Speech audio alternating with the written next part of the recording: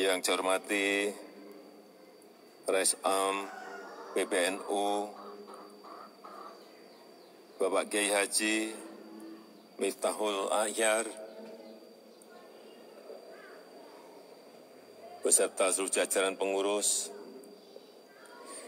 Yang saya hormati Ketua Umum PBNU Bapak Kiai Haji Yahya Cholil Stakuf,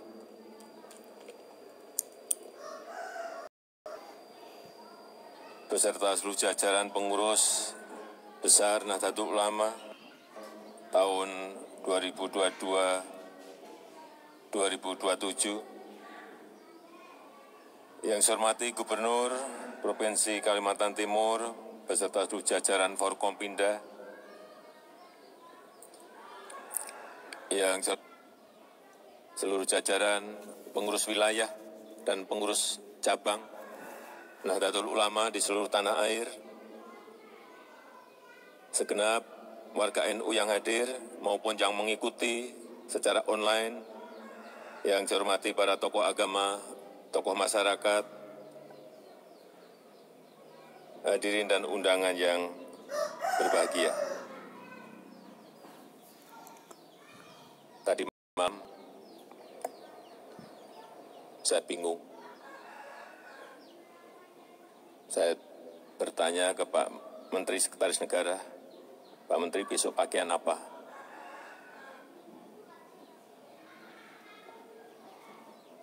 Pak, kalau yang syuriah pakai sarung. Kalau yang tanfisiyah pakai celana panjang. Saya sampaikan ke Pak Menteri, saya ikut syuriah aja.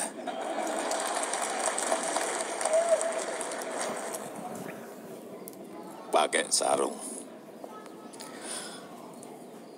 Pertama-tama atas nama pemerintah dan bangsa Indonesia, saya menyampaikan selamat kepada seluruh pengurus PBNU masa khidmat tahun 2022 sampai dengan tahun 2027 di bawah kepemimpinan Rais Am Bapak Kiai Haji Miftahul Akhyar dan Ketua Umum PBNU Bapak Kiai Haji Yahya Cholil Stakuf. Terima kasih atas kiprah NU selama ini dalam menjaga NKRI dan dalam menjaga Pancasila. Pandangan hubul waton minal iman juga NKRI harga mati telah merangkai persatuan dan kesatuan bangsa. NU telah terus-menerus mendorong moderasi beragama, bertoleransi, dan kebangsaan. NU dapat menunjukkan wajah Islam, menunjukkan wajah Indonesia yang teduh dan ramah di mata dunia, dan menunjukkan agama dan budaya yang bersanding, saling memperkaya satu sama lain. Semua ini telah membuat Indonesia menjadi bangsa bersatu dalam beragaman dan menjadi rujukan bagi bangsa-bangsa lain. Sekali lagi atas nama masyarakat, bangsa dan negara, saya menyampaikan terima kasih kepada para kiai, para ibu nyai, dan seluruh keluarga besar NU atas kontribusinya selama ini, kini, dan nanti. Para kiai, Bapak Ibu hadirin yang saya muliakan, kekuatan NU luar biasa besar, sangat besar. Bukan hanya bisa berkontribusi untuk Indonesia, tetapi juga untuk dunia.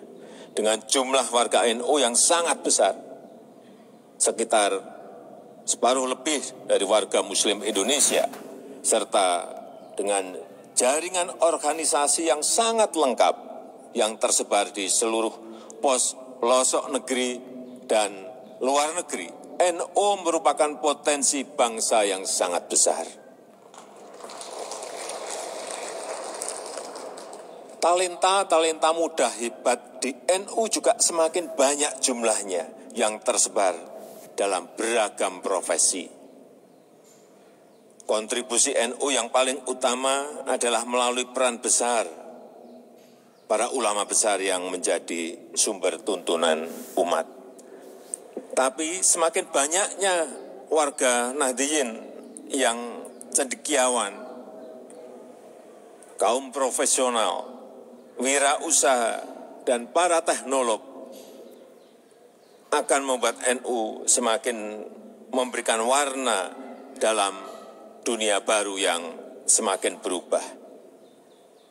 NU memiliki jaringan organisasi yang sangat luas. NU memiliki pengurus dan badan otonom Banum di seluruh provinsi, di seluruh kabupaten dan kota, bahkan di kecamatan dan kelurahan serta desa. Di luar negeri pun diaspora NU berkembang sangat pesat. Ini yang saya lihat. Dengan cabang istimewa telah tersebar di lebih dari 100 negara di dunia.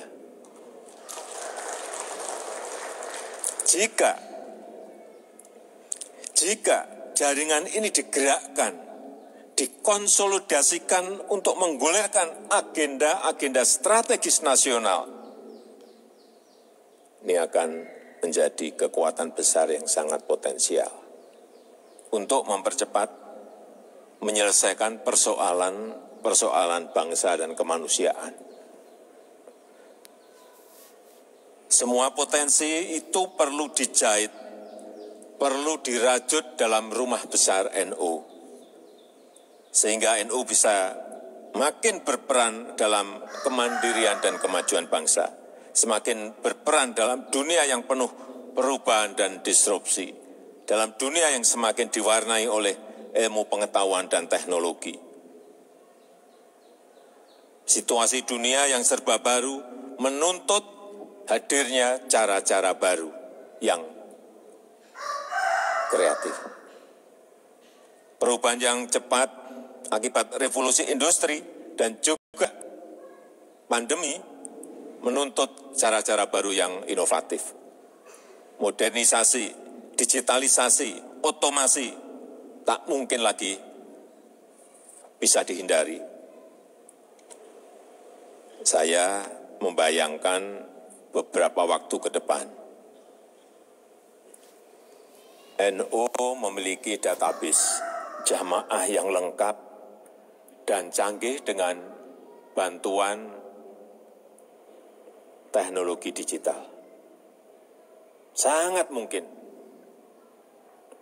memakai blockchain, memakai artificial intelligence, memakai machine learning, dan lain-lain. Sangat memungkinkan karena NU memiliki SDM yang sangat baik dan mengerti mengenai ini. Saya membayangkan NU mempunyai marketplace yang handal, tempat produsen dan konsumen NU bertransaksi secara praktis dan memasukkan produk-produk unggulan warga NU dalam rantai pasok global. Ini juga sangat memungkinkan. Saya membayangkan ini dalam waktu segera NU mempunyai platform EduTech yang juga mempunyai platform learning management system yang handal, yang memfasilitasi jutaan santri untuk mengaji dari semua kiai-kiai besar, ilmuwan, teknolog, dan entrepreneur, dimanapun dan kapanpun secara mudah dan murah. Saya kenal satu orang, yang lain masih banyak lagi. Beliau ini kerja di Singapura, sudah lama, 7 tahun yang lalu saya kenal.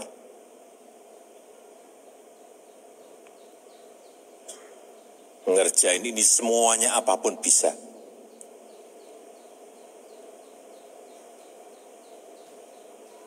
namanya masih muda sekali, namanya Mas Ainun Najib,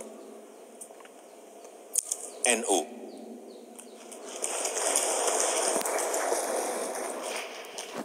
Tapi di sana gajinya sangat tinggi sekali. Jadi kalau diajak di sini harus bisa menggaji lebih gede dari yang di Singapura. Ini tugasnya nanti Pak Kiai. Kalau beliau yang ngendiko,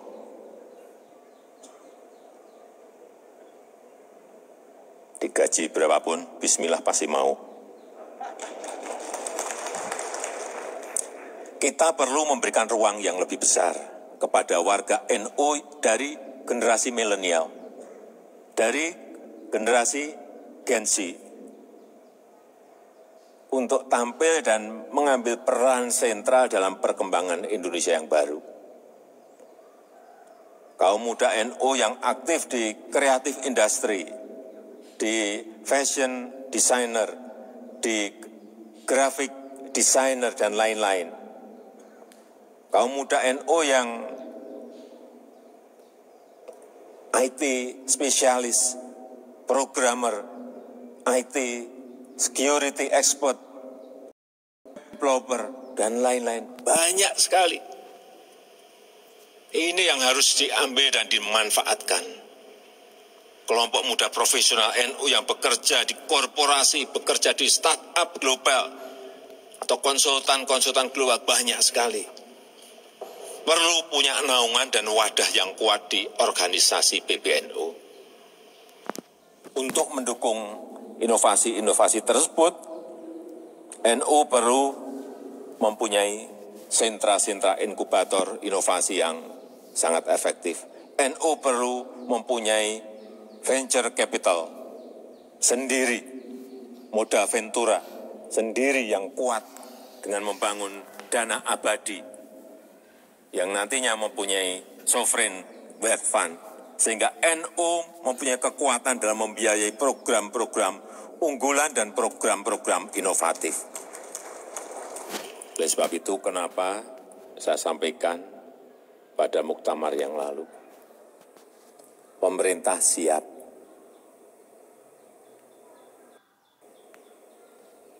memberikan konsesi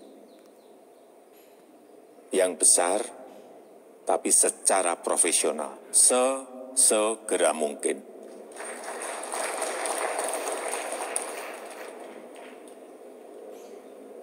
Saya sudah siapkan.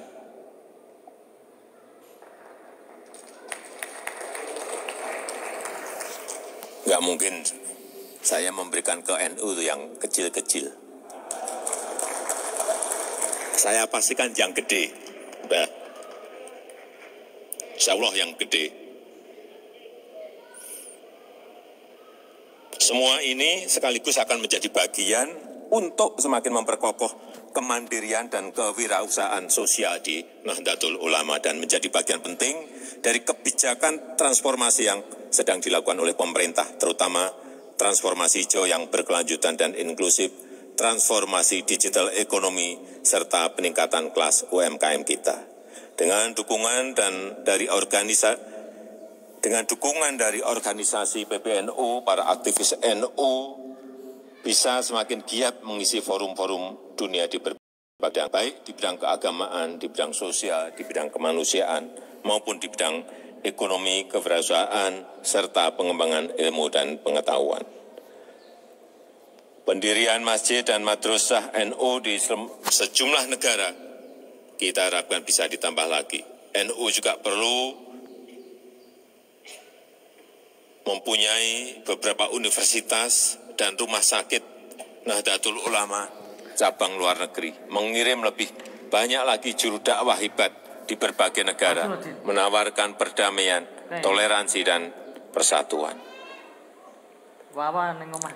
Para Kiai, Bapak Ibu dan hadirin yang saya muliakan, kepada Bapak Kiai Haji Miftahul Ahyar dan Bapak Kiai Haji Yahya Stakuf beserta seluruh jajaran pengurus, selamat berkhidmat menjalankan amanah kepengurusan Semoga Allah Subhanahu wa Ta'ala senantiasa memberikan bimbingan, memberikan kekuatan, memberikan kemudahan kepada seluruh jajaran pengurus dan seluruh bangsa Indonesia. Amin ya Rabbal Alamin.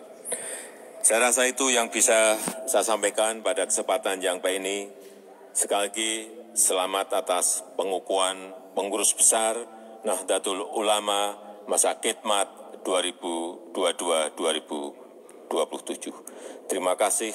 Wassalamualaikum warahmatullahi wabarakatuh.